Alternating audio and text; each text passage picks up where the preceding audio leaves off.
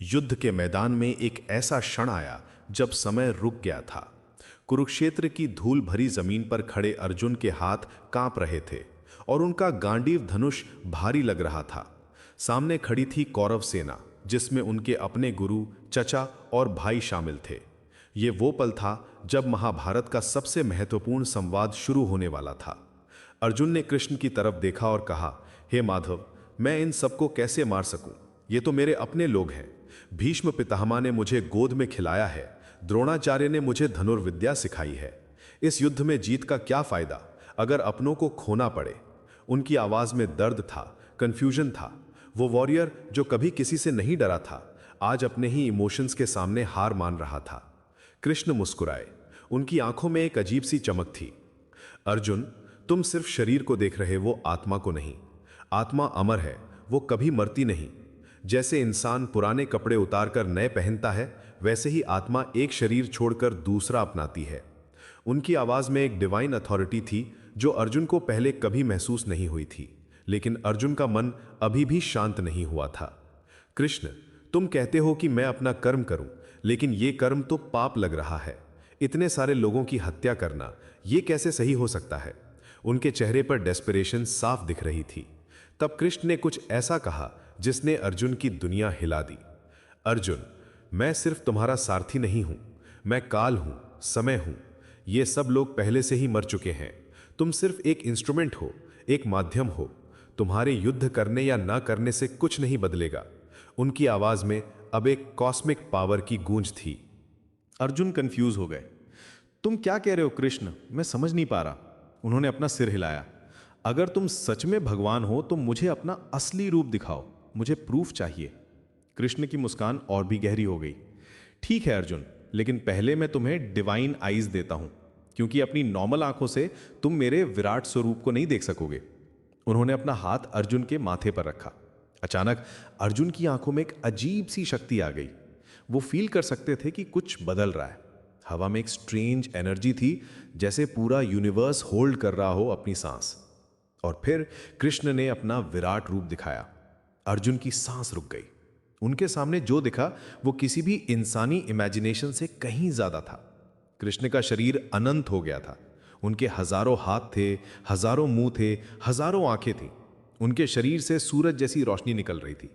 पूरा यूनिवर्स उनके अंदर दिख रहा था। स्टार्स, प्लैनेट्स, गैलेक्सीज, सब कुछ कृष्ण के विराट शरीर का हिस्सा था। यह सिर्फ एक विजन नहीं था, यह रियलिटी का अल्टीमेट ट्रूथ था। लेकिन सबसे डरावना सीन अभी बाकी था। अर्जुन ने देखा कि कौरव सेना के सभी योद्धा कृष्ण के मुंह में जा रहे हैं। भीष्म, द्रोण, कर्ण, दुर्योधन, सभी उस कॉस्मिक माउथ में समा रहे थे। यह डेथ नहीं था, यह ट्रांसफॉर्मेशन था। लेकिन अर्जुन के लिए यह टेरिफाइंग था।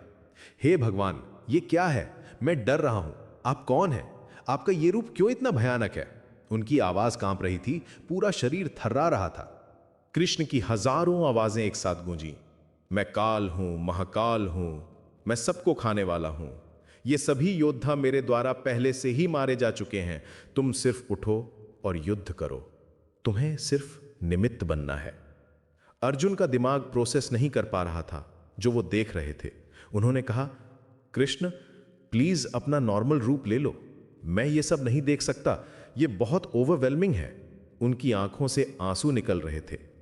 कृष्ण ने अपना सामान्य रूप वापस ले लिया। वो फिर से वही प्यारे मुस्कुराते हुए कृष्ण बन गए जिन्हें अर्जुन जानता था।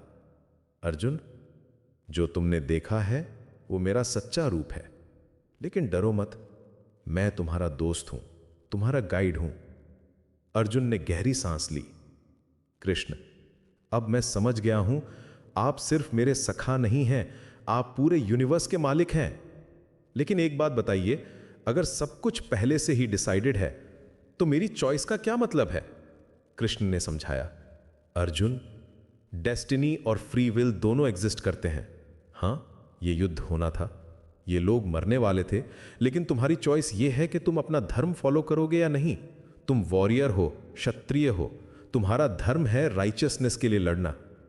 लेकिन कृष्ण, अर्जुन ने पूछा, अगर मैं युद्ध में किसी को मारूंगा तो क्या मुझे पाप लगेगा? कृष्ण ने जवाब दिया, जब तुम अपने पर्सनल डिजायर्स के लिए नहीं बल्कि धर्म के लिए काम करते हो तो वो कर्म तुम्हें बाइंड नहीं करता। तुम्हें सिर्फ अपना कर्म करना है, रिजल्ट की चिंता नहीं करनी। यही कर्म योग है। अर्जुन को अब क्लैरिटी आ रही थी। तो आप कह रहे हैं कि मैं युद्ध करूं लेकिन अटैचमेंट के बिना? बिल्कुल सही कहा कृष्ण ने। तुम इंस्ट्रूमेंट बनो, डूअर नहीं। जैसे एक सर्जन ऑपरेशन करता है पेशेंट को बचाने के लिए, वैसे ही तुम युद्ध करो धर्म को बचाने के लिए। यह कॉन्वर्सेशन सिर्फ युद्ध के बारे में नहीं था, यह लाइफ के हर एस्पेक्ट के बारे में था। कृष्ण ने अर्जुन को बताया कि कैसे हर इंसान को अपने धर्म के अकॉर्डिंग काम करना चाहिए, कैसे अटैचमेंट छोड़कर काम करना चाहिए और कैसे भगवान में पूरी फेथ रखनी चाहिए। अर्जुन ने पूछा, कृष्ण, ये नॉलेज आपने सिर्फ मुझे क्यों दी? क्या ये सबके लिए नहीं है? कृष्ण मुस्कुराए। ये नॉलेज हर उस पर्सन के लिए है जो सच्चे दिल से इसे जानना चाहता है, लेकिन अभी तुम्हें इसकी जरूरत थी, इसीलिए मैंने तुम्हें दी। ये गीता का ज्ञान आने वाली जनरेशंस तक पहुंचेगा। अंत में अर्जुन ने अपना गांडीव उठाया। उनके चेहरे पर अब कंफ्यूजन नहीं था, बल्कि डिटर्मिनेशन था। उन्होंने कहा, कृष्ण, अब मैं रेडी हूं। मैं अपना धर्म फॉलो करूंगा। आपने जो मुझे दिखाया है वो मैं कभी नहीं भूलूंगा।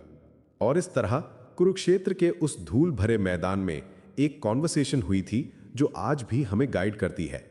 यह सिर्फ युद्ध की शुरुआत नहीं थी, बल्कि स्पिरिचुअल अवेकनिंग की शुरुआत थी।